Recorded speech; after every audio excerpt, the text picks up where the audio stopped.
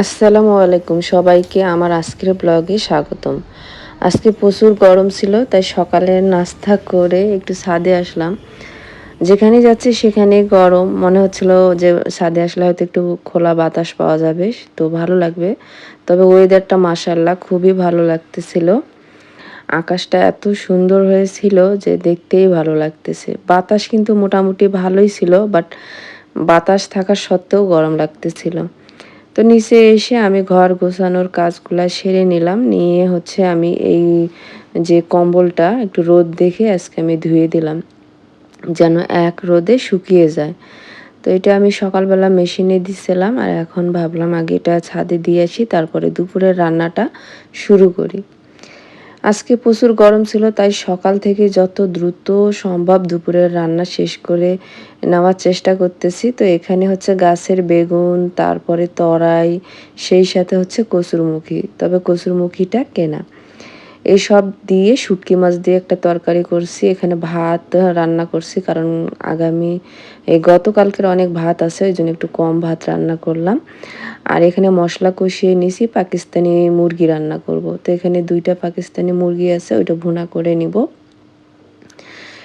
আর গরমের দিনে সবথেকে বেশি গরম থাকে রান্নাঘরে। আর রান্নাঘরেই থাকে আমাদের যত কাজ। সকালের একটা ধকল চলে গেছে, এখন দুপুরের একটা রান্নার কাহিনী আরকি। আমাদের মেয়েদের জীবনের বিয়ের পরের কাহিনী শুরু হয় এই রান্নাঘর দিয়ে, আর মৃত্যু পর্যন্ত এই রান্নাঘরের কাহিনী কিন্তু চলতেই থাকে। তো যাই হোক, আমার অনেক বেশি গাছের বেগুনগুলা দিয়ে শুটকি খেতে ইচ্ছে করতেছিল। ওইজন্য আমি এখানে কোনো আলু দেইনি। তরাই, শুটকি, বেগুন আর কসুরমুখী দিয়ে একটু ভুনা করে রান্না করছি তরকারিটা। খুব মজা করে রান্না করছি, আর সেই সাথে খুব মজা করে ভাতও খাইছি এই তরকারি দিয়ে। তো এটা একটা বাটিতে ঢেলে নিলাম। এখন একটা ঝাপা দিয়ে ঢেকে রেখে দিচ্ছি। গরমের দিনে যেকোনো খাবার খাওয়ার পরপরই ফ্রিজে রেখে দিতে হচ্ছে, যেহেতু প্রচুর গরম। আর আমাদের বাসায় যেকোনো মাংস রান্না হোক, সেইখানে আলু ছাড়া কিন্তু একদমই জমে না। তো আমি আলু দিয়ে ভালোমতো কষিয়ে এখন গরম পানি দিয়ে দিচ্ছি। যখন রান্নাঘরে ঢুকি আমি একসঙ্গে ২টা-৩টা চুলা জ্বালিয়ে দিই, যেন তাড়াতাড়ি রান্নাঘর থেকে বের হয়ে যেতে পারি। আজকের ভিডিওটার শেষ পর্যন্ত থাকবেন, আপনাদের কিন্তু ভালো লাগবে কথা দিচ্ছি। আজকের ভিডিও মূলত আমি রাতের রুটিনটাই বেশি রেখেছি। তো যাই হোক, আমি রান্নার ফাঁকে একটু বাইরে আসছি, দেখতেছি আকাশটা একটু মেঘলা হয়ে গেছে। এখনকার ওয়েদারটা এই খুব বেশি রোদের তাপ, গরম, আবার কখনো মেঘটা আরকি অন্ধকার হয়ে আসতেছে, কখনো একটুখানি বৃষ্টি হচ্ছে, তবে মন মতো বৃষ্টি আরকি হচ্ছে না। তরকারিটা রান্না হয়ে গেছে, আর এত সুন্দর একটা কালার আসছে, তো ওইটাই একটু ভালো মতো দেখে দিলাম। আমি বিকেলে একটু ছাদে আসছি বাতাস নেওয়ার জন্য।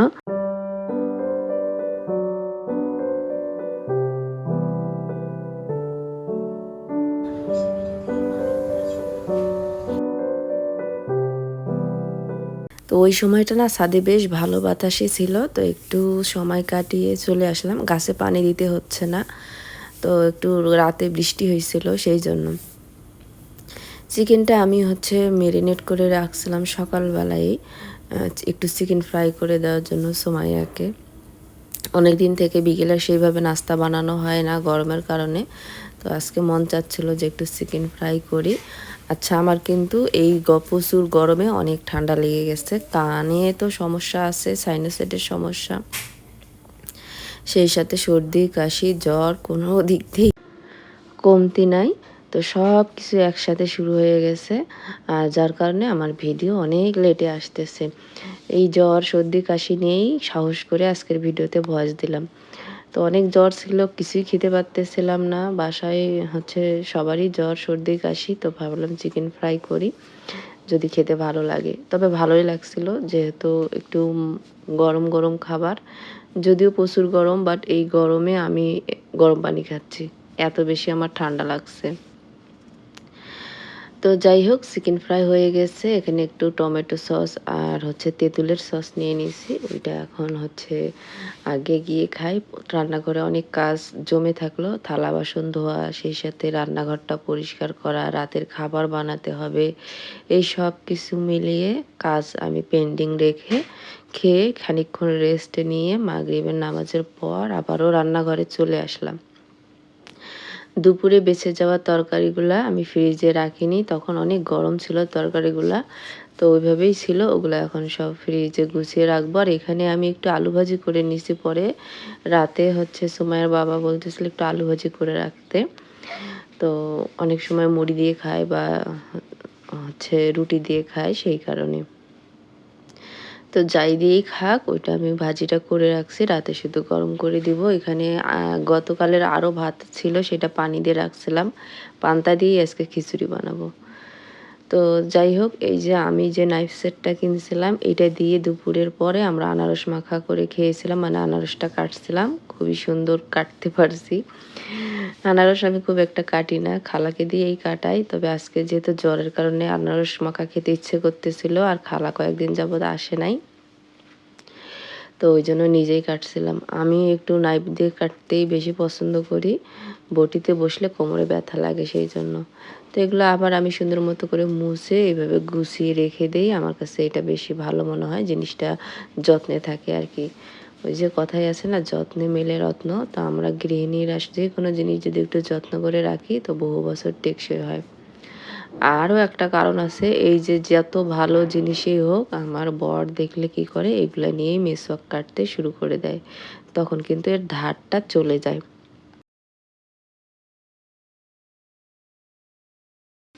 খানিকটা সেই ভয়েও আমি এগুলা সব এইভাবে বক্সেই রেখে দিচ্ছি তাহলে আর দেখতেও পারবে না আর আমার জিনিসগুলা নষ্ট করতেও পারবে না। আর সবসময় ক্যাটার করতেও ভালো লাগে না। আর যখনই আমার কোনো জিনিস নষ্ট করবে তখন অটোমেটিক্যালি আমি তার সাথে ক্যাটার শুরু করে দিব। আর লেগে যাবে দুজনের তর্কাতর্কি। কি দরকার আছে? তার থেকে নিজেই সাবধানে থাকি। আচ্ছা যাই হোক রান্নাঘরে অনেক কাজ আছে। আপনাদের সঙ্গে কথা বলতে টুকটাক করে আমি কাজ শুরু করে দিছি। কয়েকদিন শরীর খারাপের জন্য আমি সেইভাবে এক্সট্রা কোনো কাজ করিনি। শুধু রান্না করছি, ঘর গুছিয়েছি আর খাওয়া-দাওয়া করছি আর ঘুমাইছি। তো ভাবলাম আজকে একটু রান্নাঘরের এই দিকের তাক-টাকগুলো যেইটুকু ময়লা মনে হচ্ছে একটু হালকা হাতে পরিষ্কার করে ফেলি। তো সেই কাজটাই করতেছি। এরপরে রাতে খাবারও বানাতে হবে আজকে। তো ওই যে পান্তা দেখতেছেন যে কালকের যে ভাতটা ছিল তো রাতে ভাবলাম যে একটু ওটা দিয়ে গরম গরম খিচুড়ি করি। যেহেতু খিদে পারতেছি না যদি খাওয়া যায়। তো আমি খিচুড়িটা তো হতে সময় লাগবে না। আর ওটা বানাবো আর গরম গরম খাওয়া হবে। তো তার আগে আমি রান্নাঘরটা পুরোটা পরিষ্কার করে নিব। অনেক থালা বাসন আছে সেই সাথে চুলা, সিঙ্ক এই সব কিছু আমাকে ডিপ ক্লিন করতে হবে। তা না হলে আমার একদমই ভালো লাগতেছে না। আর এই যে এই হচ্ছে যে খাবার-টাবার রাখি সার্ভিং ডিশগুলা সেগুলো একটু ময়লা মনে হচ্ছে। তো সেগুলো একটু একটা পরিষ্কার টাওয়াল নিয়ে মুছে-টুছে এখানে রেখে দিলাম। সবসময় সব জিনিস তো আর ইউজ করা হয় না। আবার মাঝে, মাঝে ব্যবহারও করা হয়। তো সেইরকম করে এগুলো রাখতে হয়। আর আপনাদের সঙ্গে একটা জিনিস শেয়ার করে দিব সেটা হচ্ছে দেখাবো একটু পরেই। তো আমার একটা মহামূল্যবান জিনিস নষ্ট হয়ে গেছে অলরেডি। তো তার জন্য আরকি একটু মন খারাপ হয়েছিল। এই যে কাঁচের জারটা তো এর পেছনে আমি কিসমিস লুকিয়ে রাখছিলাম আপনাদেরকে দেখাইছিলাম না বাচ্চাদের ভয়ে।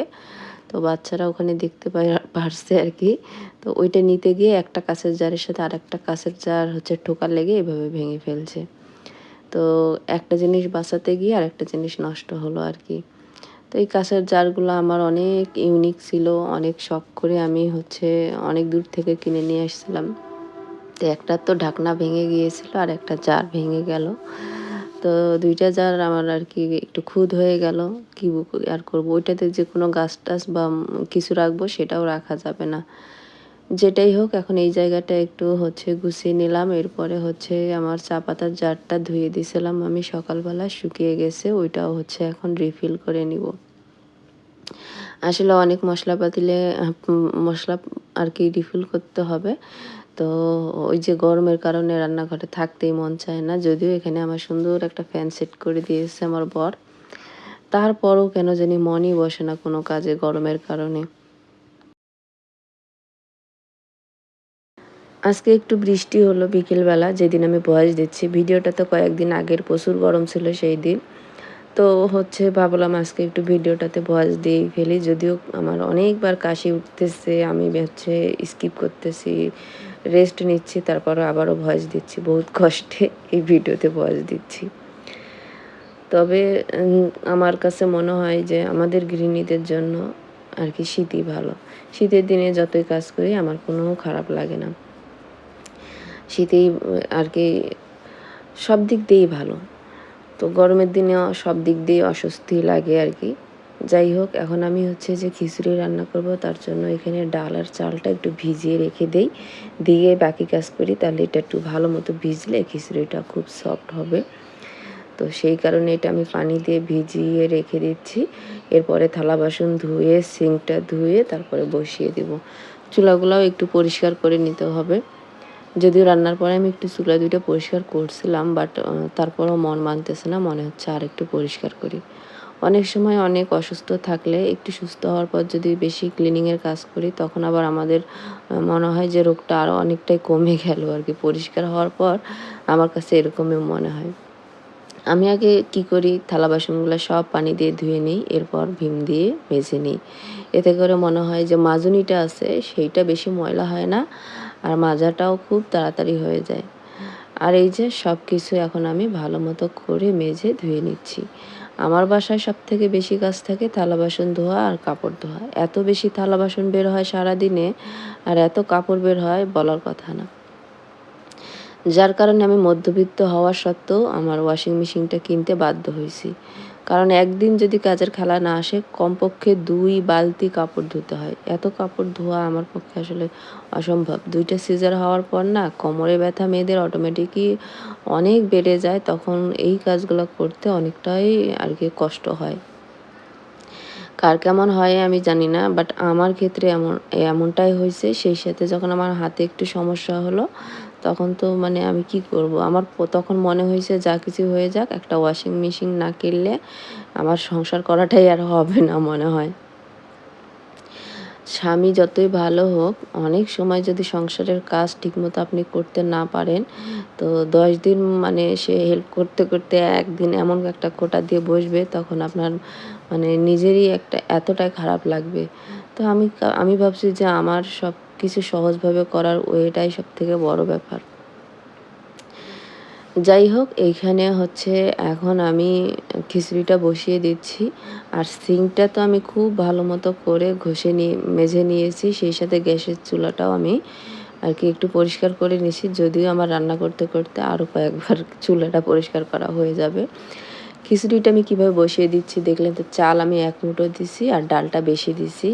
তার কারণ পান্তা ভাতগুলো আমি দিয়ে দিয়েছি এর মধ্যে। আর এখন আমি এখানে হলুদ গুঁড়া, মরিচ গুঁড়া, তারপরে লবণ, গরম মসলা গুঁড়া আর একটু জিরা গুঁড়া আর কয়েকটা সাদা এলাচ। সেই সাথে মরিচ কুচি, পেঁয়াজ কুচি আর রসুন কুচি দিছি।